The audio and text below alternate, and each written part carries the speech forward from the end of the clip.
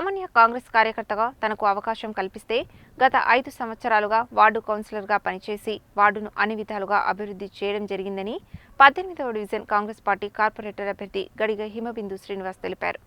Corporation ఎన్నికల్లో సైతం మంత్రి కోమటిరెడ్డి సహకారంతో డివిజన్ అభివృద్ధి కోసం కృషి చేస్తానని ప్రజలు తనను ఆశీర్వదించాలని కోరారు. 18వ డివిజన్ కాంగ్రెస్ పార్టీ కార్పొరేటర్ అభ్యర్థి గడిగ హిమబిందు శ్రీనివాస్ బుధవారం డివిజన్లోని పలు కాలనీలలో ఇంటింటి ప్రచారం నిర్వహించి ఓటర్ల నుండి ఓట్లను అభ్యర్థించారు. ఈ సందర్భంగా ఆమె మాట్లాడుతూ 18వ డివిజన్ కాంగ్రెస్ పార్టీ కార్పొరేటర్ అభ్యర్థిగా ఎన్నికల బరిలో నిలవడం జరిగిందని చెప్పారు. తాను గత 5 సంవత్సరాలుగా కౌన్సిలర్గా వార్డు అభివృద్ధికి కృషి చేయడం జరిగిందని చెప్పారు. చేసిన అభివృద్ధిని చూసి తనకు ఓటేయాలని ఓటర్లకు విజ్ఞప్తి చేశారు. వార్డు కౌన్సిలర్గా ఉన్న సమయంలో వార్డును అన్ని విధాలా అభివృద్ధి చేయడం జరిగిందని, తనను కార్పొరేటర్గా గెలిపిస్తే మంత్రి సహకారంతో 18వ డివిజన్ సమగ్ర అభివృద్ధికి కృషి చేస్తానని చెప్పారు. డివిజన్ అభివృద్ధి కోసం తనను అత్యధిక మెజారిటీతో గెలిపించాలని కోరారు. ఈ కార్యక్రమంలో దుగ్గ్యాల శ్రీనివాస్, పగిడిపాల చిట్టి, బిరుదరాజు, రాఘవేంద్రరాజు, శశి, ప్రశాంత్, మంగళపల్లి శంకరన్న, సందీప్, పగిడిపాల రేణుక, సింగం శ్రీలత తదితరులు పాల్గొన్నారు. అందరికీ నమస్తే. గతంలో నన్ను కౌన్సిలర్ గా టికెట్ ఇచ్చి అందరూ గెలిపించారు. ఈసారి కూడా గెలిపించాలని కోరుచున్నాను. 10 కోట్ల వరకు కూడా చేయించాను. అండర్గ్రౌండ్ చేయించాను, సీసీ రోడ్లు వేయించాను, 6 కోట్ల సీసీ రోడ్లు వేయించాను, 2 పైప్ లైన్లు కూడా వేయించాను, కొత్త స్తంభాలు కూడా వేయించాను, డ్రైనేజ్ సమస్య కూడా తీర్చాను, 5 ట్రాన్స్ఫార్లు కూడా చేయించాను, గల్లీ గల్లీకి రోడ్ నెంబర్లు కూడా వేయించాము. 24 అందరు వార్డులో ఉంటే అందరికి సాయం చేస్తా. అందరూ నన్ను గెలిపించాలని కోరుకుంటున్నాం.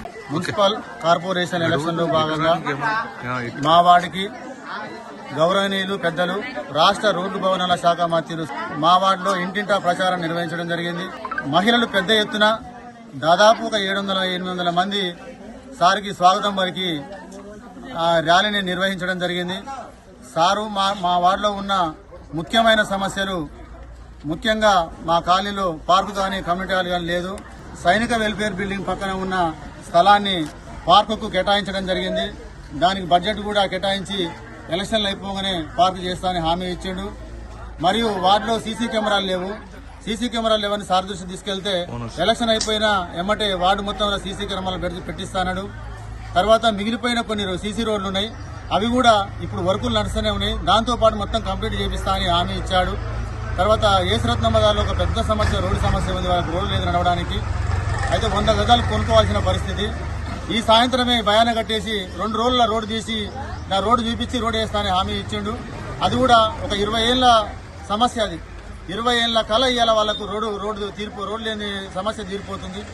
అలాగనే ఇల్లు లేని నిరుపేదలందరికీ ఒక లిస్టు తయారు చేయమని చెప్పిండు.